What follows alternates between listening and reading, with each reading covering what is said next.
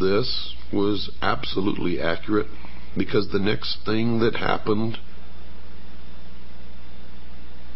was that this new gift, this intellect, and this original thought led to the murder of another primitive human being.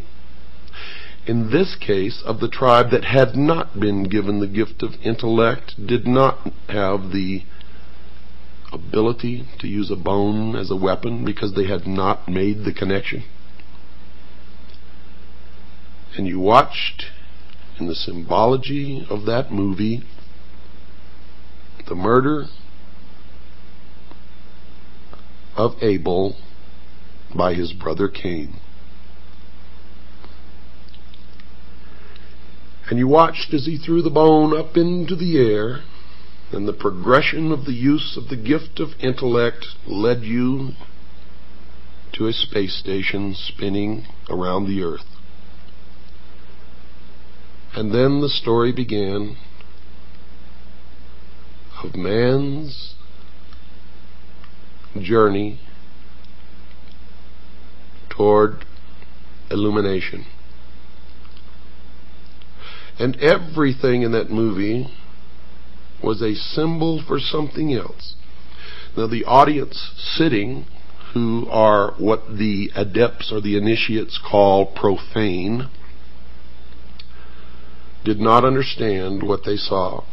They thought that it was really about a journey into space by an astronaut or a group of astronauts, and the bad things that happened to some of them, and one survived. And none of them understood the significance of the obelisks, the monoliths, one on the moon, one in orbit around Jupiter, and the ultimate transformation of the astronaut into a giant fetus floating in space.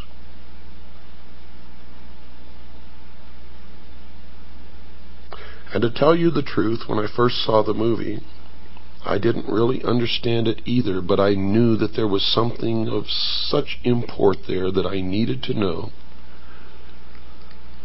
that I never stopped studying until I found out. And of course, one discovery leads to another. And every time I answered a question, 100 more popped up, until I reached a point, dear listeners, where I realized that if I studied for the entire rest of my life, there is not enough time in my life to learn what it is that I need to know. But I have learned enough along the way to impart some of my knowledge to you, and maybe you can help me find the ultimate truth that all of us ultimately learn to look for.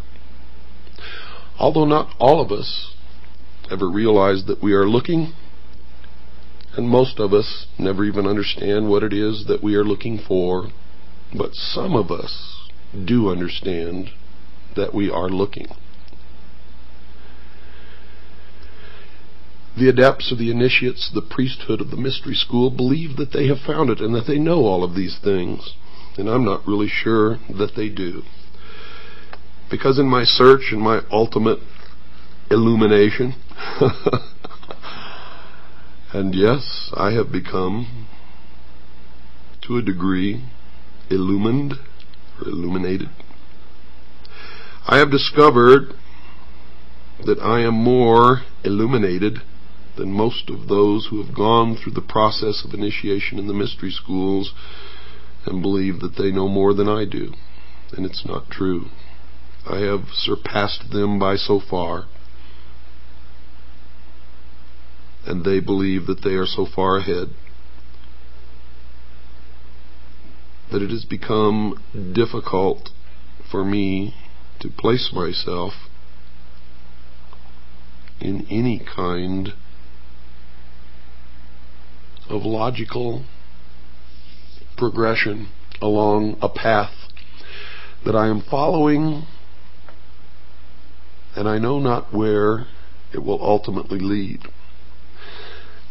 But I know that many have been misled along this path and are worshiping the fallen angel that we know as Lucifer.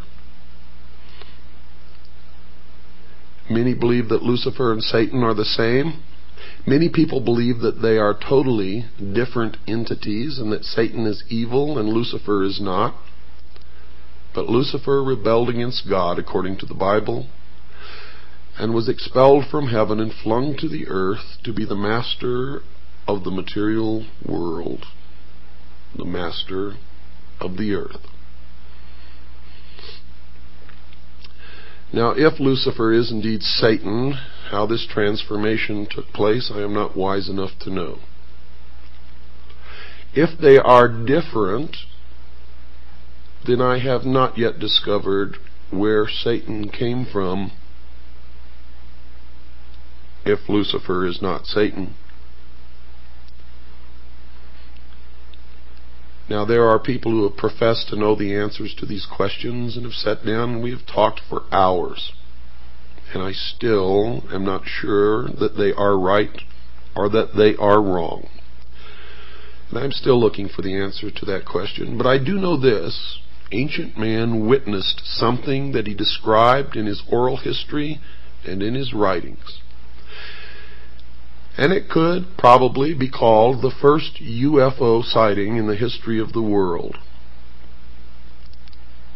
How art thou fallen from heaven, O Lucifer, son of the morning star? Now notice, Lucifer was called the son of the morning star.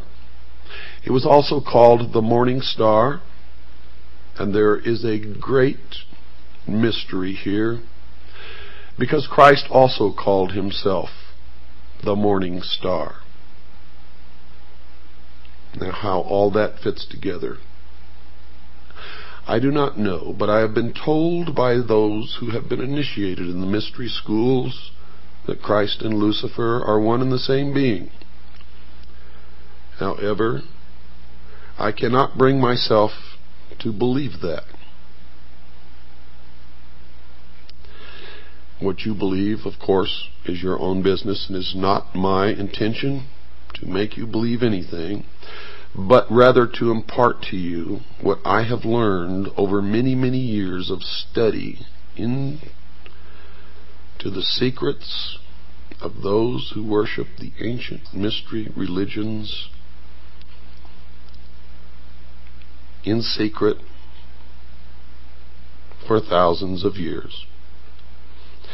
For you see, that monkey who sat there squatting on his haunches in the desert, striking the earth and the pile of bones with this great thigh bone,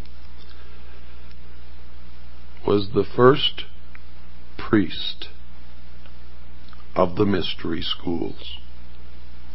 And it was this first priest who then began to initiate others into the secrets.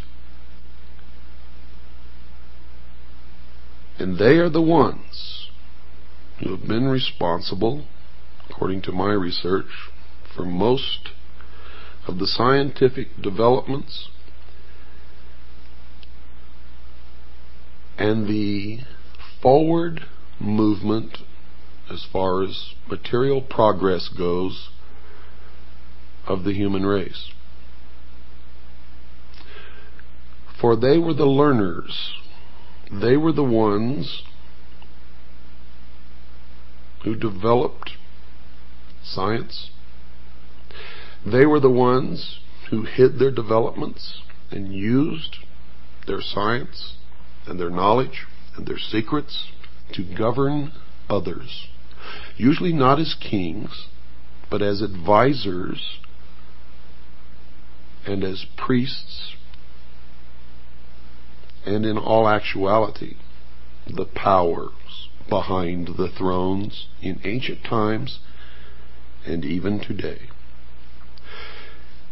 They have ruled from the shadows, you see,